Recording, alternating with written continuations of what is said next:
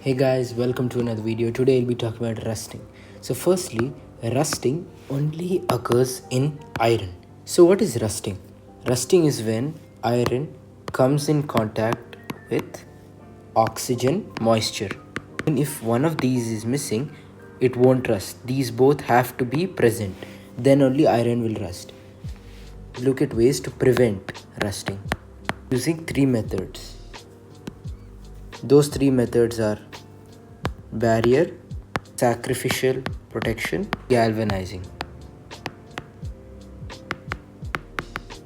So firstly, what is barrier method? For example, if this is iron over here, the one in white, and if I paint it with blue, I paint it with the paint, this will prevent any oxygen or molecules from entering.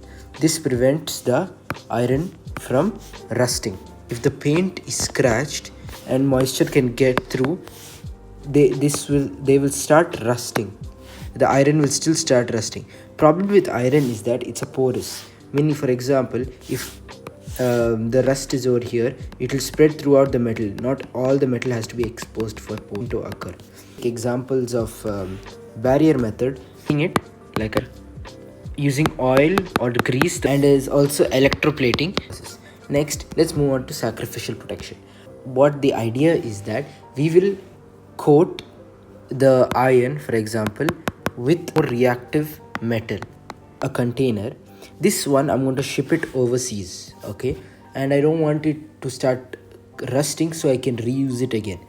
So what people do is that they place small blocks of higher reactive metal than iron. For example, we can place zinc bars. So if moisture or oxygen is present, first the zinc will react before the iron will react. Prevent the iron from rusting.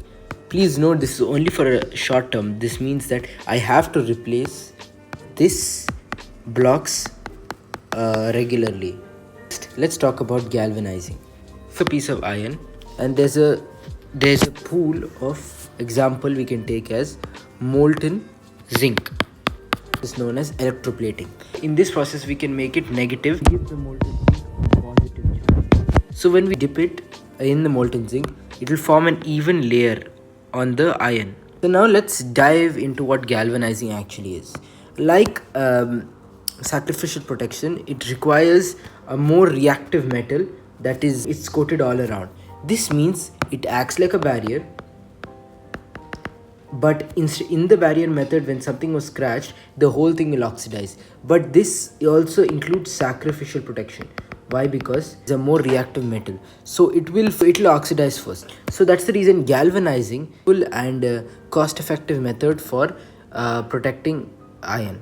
So guys, this is all for today. Thank you for watching it.